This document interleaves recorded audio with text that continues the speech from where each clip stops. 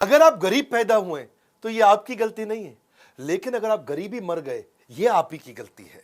Bill Gates की कहावत कौन है? ये बिल गेट्स आज दुनिया में कुछ भी खरीद सकते हैं। बिल गेट्स कोई द्वीप टापू तो छोड़ो, पूरा देश खरीदने का सामर्थ्य रखते हैं। बिल गेट्स एक ऐसे व्यक्ति जिनकी पूरी की पूरी धन संपत्ति बांट दी जाए तो पृथ्वी पर हर इंसान के हिस्से कई हजारों रुपए आ जाएंगे। नमस्कार, मैं Vivek Bindra, founder and CEO बड़ा बिजनेस.com। बिल गेट्स की कई गर्लफ्रेंड्स ने उनको छोड़ दिया, उनकी हर गर्लफ्रेंड उनको छोड़ के जाती थी। क्यों? आज उनकी कई कहानियों की बात करेंगे, कैसे वो बने। Ajit Doval, Tendulkar, Steve jobs, Warren Buffett, Singapore, Marwari, public speaking, habits of billionaires. आपने मेरे कई वीडियोस देखे, बड़े सराहे ये पिछले वीडियोस हमने डाले, हर वीडियो मिलियंस में गए हैं। आने वाले समय में सुंदर पिचाई, मुकेश अंबानी। क्या हुआ मुकेश अंबानी के जीवन में, कैसे वो आगे निकले अनिल अंबानी के मुकाबले। Textile industry, furniture industry, America आगे कैसे बढ़ा, वेनेजुएला क्यों डूब गया, और सिखों की कम्युनिटी भी बड़ी जबरदस्त कम्युनिटी है। अगर इस चैनल का एक भी वीडियो आपने छोड़ दिया, समझ लेना बौद्धिक विकास से नाता तोड़ लिया। एक के बाद एक पावरफुल वीडियोस दे रहा हूं। बिल गेट दुनिया के उन 3 लोगों में जिनका पर्सनल नेटवर्थ $100 बिलियन से ज्यादा है, लेकिन इतना बड़ा अरबपति होने के बावजूद अपने बर्तन वो खुद धोते हैं। बचपन के अंदर उनके पास एक सेकंड हैंड होंडा गाड़ी थी, गाड़ियां कभी नहीं थी, लेकिन अभी रिसेंटली उनसे किसी ने पूछा आपके पास कितनी गाड़ियां हैं, तो काफी देर सोचते रहे, बोले एग्जैक्टली तो याद नहीं है। बिल गेट्स का इंटेलेक्चुअल लेवल इतना अच्छा है कि अपने शुरुआती दिनों में उनके पास एक इंटरव्यूअर आया और उनसे उनके इंटरव्यू में पर्सनल सवाल पूछने लगा, आपकी माँ कैसा फील करती होगी, आपके पिता कैसा फील करते होंगे। और जब उनसे ऐसे बड़े एवरेज क्वेश्चन पूछे तो उसने इतना गुस्से में, उसको तो कुछ बोले नहीं, खुद को बाथरूम में जाके बंद कर लिया। अंदर इतना इरिटेट हो गए, बाथरूम से निकले नहीं जब तक बेचारे उसने माफी नहीं मांग ली ना, उस जर्नलिस्ट ने, तब तक बाहर नहीं आए। उनको एवरेज बातें पसंद नहीं, एक्सट्रीमली अपने ऊपर टफ रहते हैं, अपने एम्प्लॉयज के ऊपर भी बहुत टफ रहते हैं। और ये कहते हैं कि स्टीव जॉब्स और मेरे में एक चीज कॉमन है कि हमें हमेशा एक्सीलेंस पसंद है, और अपने कॉलीग और एम्प्लॉयज जो हमारे केवल एक्सटेंशन है, वही केवल कॉलीग्स एम्प्लॉयज वही हमारे एक्सटेंशन होते हैं जो हमारे बिहाफ पे काम कर सकते हैं। उनसे हाई क्वालिटी स्टैंडर्ड का डिमांड करना। स्टीव जॉब्स भी ऐसे ही थे, ये भी ऐसे ही थे। बिल गेट्स हायरिंग के मामले में बड़े, उनको क्या है कि वो कोई बहुत एक्सपीरियंस्ड आदमी नहीं चाहिए, उनको 2 चीजें देखते हैं, एक उनका पैशन हो कंप्यूटर को लेके, बस कंप्यूटर पर लगा रहे, दूसरा उसको कोडिंग आनी चाहिए, ज्यादा कुछ नहीं। क्योंकि वो कहते हैं कि ज्यादा एक्सपीरियंस्ड आदमी ले लो ना तो दिक्कत है कि वो अडेप्ट करता नहीं है, और फ्रेश माइंडसेट का हो तो वो अडेप्ट कर लेता है। 2 चीजें पक्की हो, कंप्यूटर से उसको प्रेम हो और दूसरा कोडिंग उसको अच्छे से आती हो। वो कहते हैं कि आलसी आदमी ढूंढ लो, आलसी आदमी को ले आओगे तो मुश्किल काम को करने का कोई आसान तरीका ढूंढ लेगा। चाइल्डहुड से इतने जीनियस थे, 15-16 घंटे रोज पढ़ा करते थे, और मां मेरी इनसे बड़ा नाराज हो जाती थी कि बिल गेट्स, भाई ऐसा है बिल, बच्चे बाहर जाके खेल ले, सारे बच्चे खेलते हैं, सब फिजिकल एक्टिविटी करते हैं, तू 15-15 घंटे पढ़ता है। बिल गेट्स मानते नहीं थे, उनको पढ़ने से कुछ एडिक्शन था, इतना पढ़ते थे, इतना पढ़ते थे। एक दिन मां ने सोचा इसके कमरे की बिजली उड़ा देती हूं, और कमरे की पूरी बिजली उड़ा दी, और सोचा कि अब जब पंखा चलेगा ना लाइट चलेगा तो बेचारा सो जाएगा। लेकिन मां तो मां होती है, आधी रात को देखने आई कि बिना पंखे के बेचारा सो कैसे रहा है पसीने में, और आके देख के हैरान हो गई कि बिल गेट्स अकेला एक कोने में पसीने से तरबतर बैठा हुआ और टॉर्च लेकर के किताब पढ़ रहा है। उस दिन मां को बहुत शर्म आई, और उस दिन मां को समझ में आया कि मेरा बेटा साधारण बच्चा नहीं है, ये एक प्रोडिजी है। प्रोडिजी मतलब सुपर जीनियस, एक ऐसा बच्चा जो कि अननेचुरली बहुत ज्यादा जीनियस हो। उसके बाद से उन्होंने कभी किताब पढ़ने के लिए उनको रोका नहीं। चर्च में भी बचपन के अंदर एक कंपटीशन हुआ था, जहां पे वर्ल्ड बुक एनसाइक्लोपीडिया पे कंपटीशन हुआ कि कौन पढ़ के 2000 से ज्यादा शब्द अब एक बार में अविरल लगातार बोलता जाए, धारा प्रवाह जिसको बोलते हैं। और उन्होंने फ्लॉलेसली बोला। 35 बच्चे थे, 6 से 12 साल की उम्र के, ये 8 साल के थे, लेकिन पहला जो रैंक मिला वो इन्हीं को मिला। 12 साल की उम्र में मोनोपोली गेम खेलते थे बचपन से, और कोई गेम पसंद नहीं इनको, बोर्ड गेम खेलना, मोनोपोली गेम खेलना। मैथ के कंपटीशन में कोई सवाल पूछे उससे पहले आंसर देते थे, सवाल को आधे में रोक करके आंसर देते थे, इतना तेज इनका मैथमेटिक्स के, ये शुरू से बहुत एडिक्शन था इनको। कोई भी इनसे पूछता बच्चों को बताओ कि क्या सिखाएं, बच्चों को बताओ कि क्या आप एडवाइस दोगे, बोला मैथ सिखा दो। मैथ में इतना तेज थे, और मां ने इनको शुरू से प्रैक्टिस करा दी थी कि बच्चे आसपास आके खेलते थे, सारे बच्चे सोसाइटी के मोहल्ले के आसपास खेलते थे आके, उन बच्चों को बोलती थी जो जीता उसको रिवॉर्ड दूंगी, जो हारा उसको पेनल्टी दूंगी। और मां की उस प्रैक्टिस से जीतने के चक्कर में, रिवॉर्ड लेने के चक्कर में, ये और ध्यान से मोनोपोली और बोर्ड गेम्स खेलते थे। 13 साल की उम्र में इन्होंने एक कंप्यूटर गेम बना दिया, टिक टैक टो। टिक टैक टो तो आपको मालूम होगा ना, जीरो काटा है जी। बचपन, कईयों का बचपन पीछे की बेंच पे बैठ करके टीचर बोलता रहा और टिकटॉक जीरो काटा लगा लगा के खेलते रहे। आपने और मैंने भी बहुत जीरो काटा खेला। वो एक्चुअली शुरू इसी ने किया था, बिल गेट्स ही है उस जीरो काटा का जन्म देने वाला। 14 साल की उम्र में इसने बेचारे ने मना कर दिया कि मैं स्कूल जाऊंगा नहीं। माँ ने पूछा क्यों? माँ हालांकि टीचर थी। माँ को बोला, माँ आप तो अच्छी टीचर हो लेकिन स्कूल में बच्चों को टीचर पढ़ाना आ जानती नहीं है, टीचर पढ़ा ही नहीं पाती, टीचर से ज्यादा तो मैं जानता हूं। माँ को बुरा लग गया क्योंकि माँ खुद टीचर थी, उसको ईगो हर्ट हो गई। माँ ने बोला नहीं नहीं ऐसा नहीं है, और पिता भी गुस्सा हो, मुंह पे फेंक के पानी मारा था बिल गेट्स की। उनकी बहन बताती है उनकी कहानी। लेकिन बिल गेट्स बाद में स्कूल गए, पर बाद में क्योंकि स्कूल जाकर के क्या करते थे, क्लास में बैठेंगे नहीं, कंप्यूटर रूम में बैठ जाते थे, कंप्यूटर लैब में वहां लगे रहते थे। कोडिंग इनको बहुत पसंद था, वहीं पीछे बैठ करके कंप्यूटर लैब में चुपचाप लगे रहते थे। तो मास्टर ने, हेड मास्टर ने बोल दिया अब तू कंप्यूटर क्लास में आएगा नहीं, और कंप्यूटर क्लास से बाहर निकाल दिया उसको। बोला कंप्यूटर लैब में तेरी एंट्री बैन है। तो थोड़े दिन के बाद क्या हुआ, अच्छा ये तो उदास था, पर थोड़े दिन के बाद उनके कंप्यूटर में एक वायरस आ गया, और वायरस आया तो आसपास शहर में कोई वायरस निकाल नहीं पाया। इसने बोला मैं वायरस निकाल दूंगा, लेकिन अगर तुमने मुझे, एक ही शर्त है, वापस कंप्यूटर क्लास में बैठने देना। उन्होंने बोला ठीक है। इसने कंप्यूटर का वायरस निकाल दिया, और उसके बाद से फिर ये कंप्यूटर क्लास में बैठने लगे, और वहाँ जाकर के आराम से कंप्यूटर लैब में शाम को बैठ जाया करते थे। स्कूल इनकी कैपेबिलिटी समझ गया था कि कोडिंग में बहुत मास्टर है, चीज़ों को ऑटोमेट कर सकते हैं। तो उनको 14 साल की उम्र में बोल दिया कि हमारे स्कूल का टाइम टेबल अगर ऑटोमेट करके दिखाओ तो मज़ा आ जाए। उन्होंने पूरे स्कूल का, क्लासरूम का, टीचर का कॉम्प्लिकेटेड शेड्यूल, कौन से घंटे में कौन सा बच्चा किस समय कहाँ पढ़ेगा, कौन सा टीचर रेस्ट करेगा, कौन सा टीचर क्लास देगा, कब स्टूडेंट का गेम्स पीरियड होगा, इन्होंने बड़ा अच्छे से पूरा ऑटोमेट कर दिया पूरे स्कूल को 14 साल की उम्र में, सारे टाइम टेबल, सारे शेड्यूल को। और अपना तो जुगाड़ कर लिया, अपने आसपास जो उसके बेस्ट फ्रेंड्स थे ना, उनके बीच में अपनी सीटिंग अरेंजमेंट हर क्लास में कर दी। 15 साल की उम्र में सियाटल में बहुत ट्रैफिक हुआ करता था। ट्रैफो डेटा नाम का इसने सॉफ्टवेयर ऐसा बढ़िया बना दिया, कंप्यूटर प्रोग्राम तैयार कर दिया जिससे और पूरा का पूरा ट्रैफिक को ऑटोमेट कर सके और ट्रैफिक कहीं जैम लगे ही नहीं। उसके लिए सरकार ने इसको $20,000 भी दिया था। 18 साल की उम्र में मैथमेटिक्स के कारण इसके 1600 में से 1590 पूरे के पूरे राज्य के अंदर हाईएस्ट आए थे।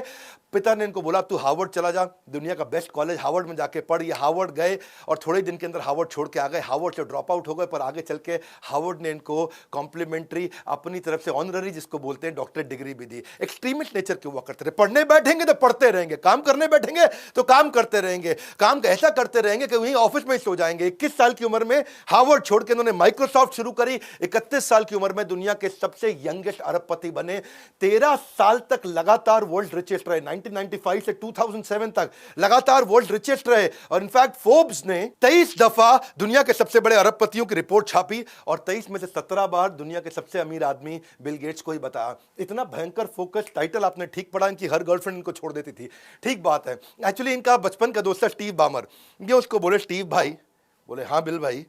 यार स्टीव भाई जिंदगी में सब कुछ है, अच्छी कंपनी बना ली, माइक्रोसॉफ्ट बना ली, इतने बड़े अरबपति बन गए, अच्छा लग रहा है सब कुछ, लेकिन यार मेरी कोई सोशल लाइफ नहीं है। तो स्टीव भाई बोले चिंता मत कर, तो एक काम कर, आज तैयार व्यार हो गया, तेरे को मैं नाइट क्लब में लेके चलता हूँ और वहाँ जाके पार्टी करेंगे। क्या करेंगे? पार्टी करेंगे। हाँ, तो बिल गेट्स भी तैयार होगा और ठीक है जी पार्टी करेंगे, हैं जी। और बोला मैं तुझे एक सुंदर देवी जी से मिलवाऊंगा, उसके साथ डेट पे जा, थोड़ा वाइन एंड डाइन कर, तेरे को अच्छा लगेगा। इसने कहा बिल्कुल ठीक है जी। ये पहुंच गए तैयार होकर के, और आज एक नई गर्लफ्रेंड बनेगी मेरी, हाँ। एक्साइटेड जाकर टेबल पे बैठे, और टेबल पे बैठते ही जैसे वो लड़की बैठी, उसको कुछ थोड़ा ऑफर किया खाने पीने को। सबसे पहला सवाल पूछ लिया, देवी जी आपके 10वीं में मैथमेटिक्स में कितने नंबर आए थे? उसके होश उड़ गए, हैं जी। ये कोई डेट पे ऐसा सवाल पूछता है लड़की से आके, तेरे मैथ में कितने नंबर आए थे? वो जाके स्टीव बामर को शिकायत लगा दी, ऐसे आदमी के साथ डेट पे भेज दिया, मेरे से मैथ के नंबर पूछ रहा है। बामर ने बुलाया, यार बिल गेट्स क्या करता है, हैं जी, लड़की से कोई मैथ के नंबर पूछता है? और लड़कियों से मैथ के नंबर नहीं पूछते, उनके मैथ में नंबर ज्यादातर अच्छे नहीं होते हैं। कहता ओहो सॉरी यार, आगे से ध्यान रखूंगा, चल कोई नहीं, मैं तेरे लिए सेकंड अटेम्प्ट करता हूं, एक और देवी जी जानता हूं, उसके साथ डेट पे जा, मजा आएगा तेरे को, और याद रखियो आज मैथ के नंबर मत पूछियो। करे ठीक है जी, हाँ। और टाई लगा के रात को रेडी होके फिर क्लब पहुंच गया।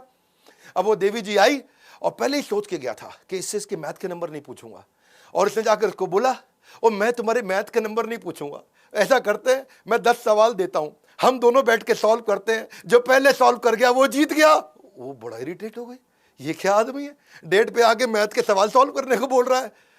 तो वो उसने फिर जाके स्टीव बामर को शिकायत लगा दी, दूसरी लड़की ने भी। बामर बोला यार बिल गेट्स तेरा दिमाग खराब है जी, मैथ के सवाल सॉल्व कर रहा है, वहां जाके उसके साथ कंपटीशन लगा रहा है। कंपटीशन नहीं लगाते यार, कोलैबोरेशन करते हैं। तो उसको समझ आई, अच्छा यार बड़ी गलती कर दी, कंपटीशन नहीं करना था, कोलैबोरेशन करना था। ये बोला एक मौका और दे दे, तीसरी बार फिर पहुंच गया बिल गेट्स। अब पहुंच के अब तीसरी बार कोई नई देवी जी आई, उनको बोला ना तुम्हारे मैथ के नंबर पूछूंगा, ना तुम्हारे साथ कंपटीशन करूंगा सवाल सॉल्व करने में, तुम बस खाली ये बता दो तुम्हारे कौन कौन से सवाल गलत रह गए थे, वो सारे मैं खुद ही सॉल्व करके दिखा देता हूं जी, हमारा कोई कंपटीशन नहीं है। तीसरी वाली भी भाग गई और उसके बाद स्टीव बामर ने भी मत्था पीट लिया, यार क्या आदमी है तू, मैथ जिंदगी भर छोड़ेगा ही नहीं। ये थे बिल गेट्स। और फाइनली उन्होंने बोल दिया कि भाई ऐसे मुझे कोई गर्लफ्रेंड नहीं मिलेगी, ना मेरा ऐसे किसी के साथ चलेगा। और ये तब तक चला जब तक उनको मेलिंडा नहीं मिल गई। उनकी अपनी कंपनी में मेलिंडा काम करती थी, जिनके साथ उनका जीवन आगे बढ़ा। लेकिन वैसे अभी तक तो केवल उनकी गर्लफ्रेंड ही उनको छोड़ के जाती थी, पर अभी न्यूज में पता चला है कि मेलिंडा भी उनको 27 साल के बाद छोड़ के चली गई, डिवोर्स हो रहा है इनका। ये सुन के बहुत दुख हुआ मुझको, क्योंकि दोनों में काफी प्रेम था और दोनों ने एक साथ मिलकर विश्व की बहुत सेवा भी की है। तीसरी सुंदर कहानी, ये अभी उतने अमीर नहीं हुए थे और एक एयरपोर्ट में जब ये अखबार वेंडर को बोले कि भाई मुझे जरा अखबार खरीदना है, उसने कहा ले लो अखबार। इसके पास $100 का नोट था और खुले नहीं थे। अब अखबार वाले के पास भी चिल्लड़ नहीं, बस $100 वहां बड़ा होता है, हमारे देश के 100 रुपए जैसा नहीं होता भाई, वहां सबसे बड़ा नोट $100 ही होता है। तो उसने कहा कोई बात नहीं रख लो, हाँ अगली बार पैसे दे देना। अगली बार ये 3 महीने के बाद उस एयरपोर्ट पे गए, उन्होंने फिर अखबार लिया, उस दिन फिर चेंज नहीं दे पाए और बड़े परेशान हो गए, यार मैं इसको 2 बार चेंज नहीं दे पाया। आगे चल के बिल गेट्स जब अरबपति बन गए, बहुत बड़े अरबपति बन गए, तो उनको याद आई उस अखबार वाले की और वो ढूंढते ढांढते उसी एयरपोर्ट पे खोज निकाला उस आदमी को और बोला सुनो मैंने तुमसे 2 बार अखबार लिया था, तुम्हें पैसे नहीं दे पाया। उसने कहा हाँ ठीक बात है। बोले अब मैं दुनिया का सबसे बड़ा अरबपति हूँ, मांगो तुम मुझसे क्या मांगना चाहते हो। अखबार वाले ने बोल दिया मैंने तुम्हारी तब मदद करी थी जब मैं गरीब था और तुम्हारे पास भी पैसे नहीं थे, लेकिन तुम मेरी अब मदद करने आए हो जब तुम इतने अमीर बन चुके हो, इसलिए मेरी मदद तुम्हारी मदद से ज़्यादा बड़ी है, मुझे तुमसे कुछ नहीं चाहिए। और खुददारीपन के चलते उस वेंडर ने बिल गेट्स से कुछ पैसा नहीं लिया। तो आगे चल के कुछ दिनों के बाद, हालांकि बिल गेट्स बड़े चिंतित हुए इस बात को सुन के, वो कुछ कर नहीं पाया उस वेंडर के लिए। किसी ने उनसे पूछ लिया बिल गेट्स आप सबसे अमीर आदमी हैं, क्या आपसे भी ज़्यादा अमीर कोई है? हाँ वो अखबार का वेंडर मुझसे ज़्यादा अमीर है, क्योंकि आज भी उसके 2 अखबारों के कर्ज तले में दबा हुआ हूं। काइंडनेस और जेंटलनेस क्लेवरनेस से पहले आती है। अगली कहानी मैं बताऊंगा। पढ़ने का इतना एडिक्शन था, एक दिन फ्लाइट में बैठे और जब फ्लाइट में बैठे तो देखो जो अच्छी सीट्स होती है ना वो आइल सीट होती है, यानी कि बाहर वाली, क्योंकि उसमें स्पेस मिल जाता है, दायां हाथ आप हिला सकते हो। उससे कमज़ोर सीट मानी जाती है विंडो सीट, जहाँ पे बायां हाथ थोड़ा बहुत हिला सकते हो पर दाईं साइड से आप फंस जाते हो। और सबसे बेकार सीट मानी जाती है बीच की सीट, जहाँ दोनों तरफ से फंस जाते हो। और बिल गेट्स को बीच की सीट दे दी गई और बीच की सीट दे दी और किसी ने रियलाइज़ नहीं किया कि दुनिया के सबसे बड़े अरबपति को अपने इकोनॉमी में बीच की सीट दे दी। पायलट को पता चला, वो आया जी पीछे आ करके अपने क्रू के साथ माफ़ी मांगने लगा, ओहो आप तो बिल गेट्स हो जी, हमसे गलती हो गई, आइल सीट कोई भी चूज़ कर लो जी, मैं आपके लिए अरेंज कर देता हूँ। तो बिल गेट्स तब किताब पढ़ रहे थे अपनी। बोले देखो प्लेन टेक ऑफ करने लगा है, मैं किताब खोल चुका हूं, अब मैं उठ करके अगर अपनी सीट बदलूंगा और जाके अनसेटल होऊंगा तो वो सब करने के चक्कर में मेरे 5 पेज कम हो जाएंगे और it's only a loss of 5 pages if I change my seat. यहाँ रह करके भी मैंने पढ़ना है और मैं आराम से पढ़ लूंगा, अब तो मैं सेट हो चुका हूँ, मुझे पढ़ने दीजिए। बिल गेट्स का इतना फोकस, लॉस ऑफ 5 पेजेस, ये मेरे लिए बड़ी इंस्पायरिंग स्टोरी थी। वो एक शुरू में नोटोरियस बॉस हुआ करते थे, बाद में नोटवर्दी बिजनेसमैन बने। शुरू के टाइम पे पॉल एलन के साथ जब उन्होंने कंपनी चालू करी तो रात को 12 बजे, क्योंकि वो बड़े एम्प्लॉयज़ पे कठोर थे, रात को 12 बजे, 1 बजे, 2 बजे बड़ी खतरनाक ईमेल्स भेजा करते थे कि तूने दुनिया का सबसे स्टूपिड कोड लिखा है, ऐसा करके डांटने की ईमेल्स लिखा करते थे। लेकिन जब उससे लोग पूछते तुम इतना कठोर क्यों हो, बोला कठोर तो हूँ लेकिन स्टीव जॉब जितना कठोर थोड़ी हूँ, वो तो मेरे से भी ज़्यादा गुस्सैल आदमी है। तो शुरुआत के दिनों में बिल गेट्स ये मानते हैं कि शायद मैं उतना एम्प्लॉय फ्रेंडली नहीं था, बड़ा माइक्रो मैनेज किया करता था लोगों को, उनकी अटेंडेंस चेक करता था, ये कौन आया, ये कितने बजे आया, ये कितने बजे निकला, ये 6 बजे का टाइम है, डॉट 6 बजे निकल गया और ये 6:05 पे निकला और बिल्कुल रुकते नहीं, बड़ा माइक्रो मैनेज करते थे। तो उनके दोस्त स्टीव बामर ने भी आगे चल के बोला, पॉल एलन ने भी बोला यार ऐसे मत किया कर, क्या कर रहा है, एम्प्लॉयज अच्छा नहीं लगता है, इतने एम्प्लॉय काम करते हैं, आने जाने का टाइम ही चेक करता रहता है। इसने कहा ठीक है यार ये बड़ा बुरा मान रहे हैं जी, मेलिंडा भी बुरा मान रही है। तो इसने क्या किया, इसने लोगों की सारी नंबर प्लेट याद कर ली गाड़ियों की और नंबर प्लेट याद करके पार्किंग में जाके चेक करता था किसकी गाड़ी कितने बजे आई। आगे चल के जब इसका केबिन बड़ा हो गया तो अपनी खिड़की भी ऐसी लगा निकाली जिससे सारी गाड़ियों के नंबर प्लेट याद किया करता था कि कौन टाइम से आया, कौन टाइम से गया, और इसको लगा कि अब तो किसी को पता भी नहीं चलेगा और मैं चेक भी कर लूँगा इस तरह। बाद में चल करके बिल गेट्स को जब रियलाइज़ हुआ तो उसने अपने आप को काफ़ी इंप्रूव भी किया। एक और उन्होंने हमेशा बोला है कि मैं गाली देने की बहुत आदत थी। हाँ, वो एक एफ वर्ड होता है ना गाली का, FU-K ऐसा करके एक वर्ड आता है जो गाली देते हैं लोग काफ़ी। मैं हमेशा प्रार्थना करता हूँ कि हमें देश का चरित्र निर्माण करना इस चैनल पे, तो हम कोशिश करते हैं कि हम अच्छी बातें बताएं, पर बिल गेट्स मानते थे कि उनके अंदर ये कमी थी। वो हर स्पीच के अंदर, हर मीटिंग के अंदर F word, FU, F this, F that बहुत बोला करते थे। तो उन्होंने बाद में अपना एक सेक्रेटरी बिठा लिया कि तू गिना कर भाई कितनी बार गाली दी है, मैंने इसको कम करा दूं। वो सेक्रेटरी ने गिन के बताना शुरू किया। सबसे लोएस्ट नंबर ऑफ गाली इसने मीटिंग में 4 बार दी थी, वो इसका लोएस्ट था। लेकिन इनकी ज़िंदगी तब बदली जब मेलिंडा इनकी लाइफ में आ गई, जिसने उनको हायर पर्पस, हायर कॉज और जीवन के अंदर एक नाइसनेस, एक कैरेक्टर को बिल्ड करके दिखाया। और ये मेलिंडा के चलते ही आगे चल के NGO भी बनाई है। टाइम को वैसे बहुत वैल्यू करते हैं, शुरू से टाइम को बहुत वैल्यू करते हैं कि no matter how much money you have, you can't buy more time. No, आप ज़रा टाइम तो खरीद ही नहीं सकते, पैसा कितना भी हो आप टाइम नहीं खरीद सकते। सी बेसिकली ये कहते हैं कि मैं हर एक से मीटिंग नहीं करूंगा, मैं ज्यादा लंबी मीटिंग नहीं करूंगा, मैं बहुत शॉर्ट मीटिंग करूंगा, बहुत क्विक मीटिंग करूंगा, लेंदी डिस्कशन मैं पसंद नहीं करता। इतना प्रेम करते अपने काम से कि वहीं ऑफिस के अंदर सो जाते। इन्होंने जिंदगी के अंदर केवल 5 छुट्टियां ली। 33 साल इन्होंने माइक्रोसॉफ्ट को चलाया, 33 साल ये माइक्रोसॉफ्ट के CEO थे, पर छुट्टी 5 बार ली। पहली छुट्टी इन्होंने 1 जनवरी 1994 को मेलिंडा से शादी के टाइम पे ली। दूसरी छुट्टी इन्होंने 10 जून 1994 को ली, उस दिन ये बहुत दुखी थे, इनकी मां का देहांत हो गया। तीसरी इन्होंने 26 अप्रैल 1996 को ली, जब इनकी बेटी का जन्म हुआ। उसके बाद चौथी छुट्टी 1999 में जब बेटे का जन्म हुआ, और पांचवी जब दोबारा बेटी का जन्म हुआ 2002 में। बिल गेट्स जिंदगी भर इकॉनमी में फ्लाई करते रहे। ये तब तक इकॉनमी में फ्लाई करते रहे जब तक इनका प्राइवेट जेट नहीं आया। ये बोलते थे कि भाई टाइम तो उतना ही लगता है, बिजनेस में बैठूं, इकॉनमी में बैठूं, उतरने का टाइम तो सेम ही है। और अगर मैं बहुत लंबा या बहुत मोटा होता तो बिजनेस क्लास में जाता, नहीं तो मेरे चक्कर में बाकी लोग भी बिजनेस क्लास मांगेंगे। हमारे यहाँ कंपनी की सबकी पॉलिसी है, सब इकोनॉमी में जाएंगे। तो पैसा बचाने के बहुत बहुत ध्यान रखते थे, रुपया पाई बचा के चला करते थे। इन्होंने हमेशा माना है कि मैं 10 में से 9 डिसीजन ठीक लेता हूं, 1 गलती कर देता हूं, पर मुझे कोई दिक्कत नहीं है, वो 9 के कारण मेरी प्रोग्रेस बहुत हो जाती है। तो risk of taking wrong decision is preferable to a terror of indecision. हाँ, इनडिसीजन मतलब डिसीजन ना लेना बहुत खतरनाक है। और हर बैड डिसीजन के अगेंस्ट ये डजन्स ऑफ गुड डिसीजन जरूर लिया करते थे। और अपनी गलतियों से बहुत सीखते थे, इनोवेशन पे बहुत फोकस करते थे, PR बहुत करते थे, ये इनकी ताकत थी।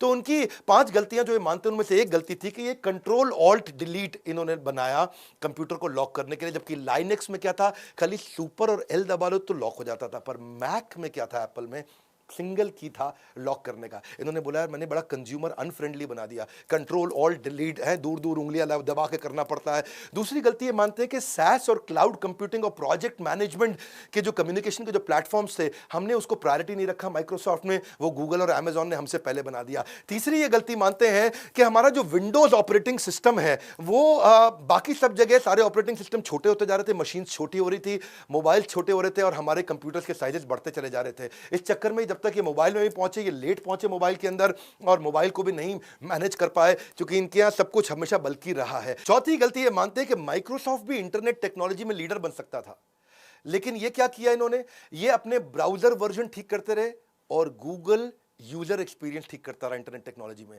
गूगल ने इंटरनेट का राजा बन गया। जो पर्सनल कंप्यूटर के मामले में दुनिया का राजा माइक्रोसॉफ्ट था, ऐसे ही इंटरनेट एक्सपीरियंस के मामले में दुनिया का राजा गूगल बन गया। और गूगल ने बहुत तेज गेम चेंज किया, माइक्रोसॉफ्ट ने उस पर ध्यान नहीं दिया, और ये ब्राउजर वर्जन ठीक करते रहे, यूजर एक्सपीरियंस पे फोकस नहीं कर पाए। पांचवी गलती ये मानते हैं कि मैं पॉलिटिकल पार्टीज के साथ रिश्ता नहीं बना पाया।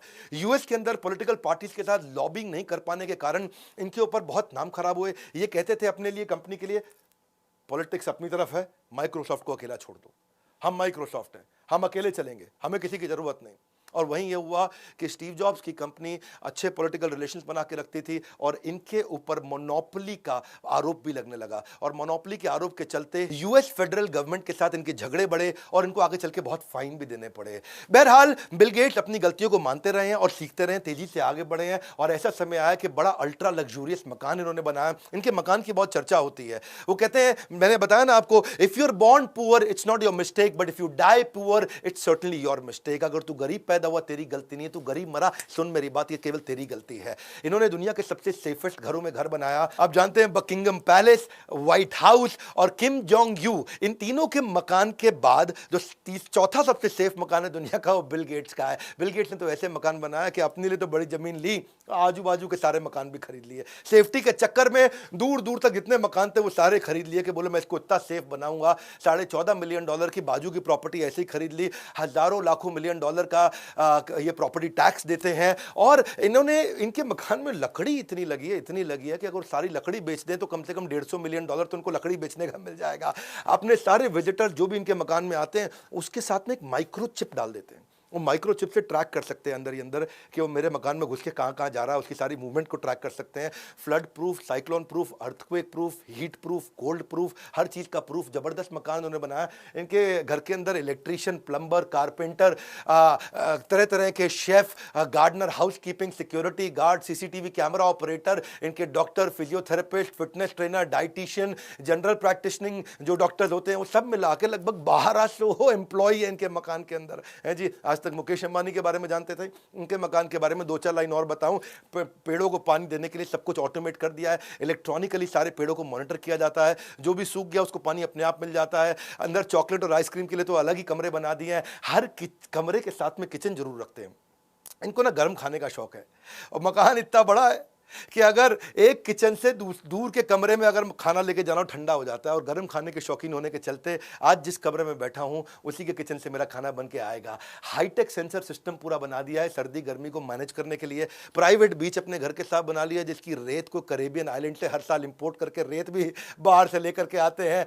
और सारी जितनी हैंगिंग पेंटिंग्स हैं, अगर किसी से बोर हो जाएं तो पेंटिंग्स चेंज हो जाती हैं अपने आप ऑटोमेटिकली। जिस तरीके का मूड हो वैसी सारी पेंटिंग्स लग जाती हैं। उसके लिए तो उन्होंने $1.5 मिलियन अलग से उसी पे खर्च कर दिया। प्राइवेट थिएटर बना रखा है, उसके अंदर पॉपकॉर्न वेंडिंग मशीन भी लाओ भाई पॉपकॉर्न, ओए आराम से आओ भाई मिलिंडा मूवी देखेंगे है जी। हम ये बात सिंगम नहीं चलती बॉलीवुड की। और उसके अलावा कार्बन एमिशन के चक्कर में एक बार किसी ने पूछ लिया इनसे कि तुम तो प्राइवेट जहाज पे घूमते हो, कार्बन की बात करते हो, से कितना तुम तेल तुम फूकते हो प्राइवेट जहाज में, कितना कार्बन एमिशन हो रहा है। तो उसने बताया कि मैं साल का $7 मिलियन यानी कि 50 करोड़ रुपए यानी कि 3 गुना ज़्यादा खर्च करता हूं, इसलिए कि मेरे तेल से कार्बन एमिशन ना हो, मैं महंगा वाला तेल इस्तेमाल करता हूं। बिल गेट्स तो बिल गेट्स हैं। फिलैंथ्रोपी के मामले में, समाज सेवा के मामले में बहुत आगे निकल गए, एक्चुअली सिग्निफिकेंट डिफरेंस क्रिएट किया। बिल गेट्स के बारे में कोविड के टाइम पे कभी कभार कुछ इनके ऊपर दोषारोपण भी होता रहा, पर एक बात सच है कि बिल गेट्स और मेलिंडा गेट्स फाउंडेशन दुनिया के सबसे बड़े चैरिटी फंड्स में से है और प्राइवेट फाउंडेशन में वर्ल्ड के सबसे बड़ों में से हैं। 2000 में इन्होंने बनाया था। $1 बिलियन हर साल खर्च कर देते हैं गरीबी पे, भूखमरी पे, बीमारियों पे और एजुकेशन पे। माइक्रोसॉफ्ट जो है ये हर साल एक बिड भी लॉन्च करता है कि कौन इस फाउंडेशन को सबसे ज्यादा दान देगा। जो सबसे ज्यादा दान देगा उसको बिल गेट्स अपना घर घुमा के दिखाएंगे हैं जी, उसको घर में लेके जाएंगे, घुमाएंगे। आपको भी बिल गेट्स के घर जाना है तो उनको दान दे देना जा सकते हो। वैसे अच्छा इस समय कोविड के टाइम पे यही दान देना चाहिए। मैं भी कंटिन्यूसली प्रयास करता हूं, कोशिश करता हूं अपने दान के बारे में बात ना करूं, लेकिन लगातार प्रयास करता हूं। अपने दोस्त वॉरेन बफे को भी साथ ले लिया, भाई तू भी 90% दान देगा, मैं भी 90% सारा पैसा दान दे दूंगा। अपने बच्चों को केवल $10 मिलियन दे रहे हैं, अपनी टोटल वेल्थ का केवल फ्रैक्शन है। आप जानते हैं बिल गेट्स का नेटवर्थ $129 बिलियन। $129 बिलियन मतलब समझो 10 लाख करोड़ रुपया। ऐसा समझो बच्चों को कितना दिया, 10 लाख करोड़ है, 10 लाख करोड़ का 10% 1 लाख करोड़ बच्चों को दे सकते थे, नहीं दिया। 10 लाख करोड़ में से 1 लाख करोड़ नहीं दिया, कोई नहीं। 10,000 करोड़ दे देते, नहीं दिया। 1,000 करोड़ दे देते, नहीं दिया। 100 करोड़ दे देते, नहीं दिया। हर बच्चे को उन्होंने केवल 70 करोड़ रुपए दिया। उन्होंने कहा बच्चों को ज्यादा पैसा देने की जरूरत नहीं है। 10 लाख करोड़ की नेटवर्थ में बच्चों को केवल 70 करोड़ दिया, बाकी पूरा पैसा दान में दे रहे हैं। बिल मेलिंडा गेट्स फाउंडेशन इन्होंने तब शुरू किया था जब इन्हें पता चला कि अफ्रीका के अंदर दस्त और उल्टी से बच्चे मर जाते हैं। डायरिया बोलते हैं उसको, शायद हैजा भी बोलते होंगे, कि लूज मोशन से बच्चे मर सकते हैं। इन्होंने अमेरिका में सुना नहीं था बात ये। एक्चुअली इनके लिए ये अनयूजुअल था।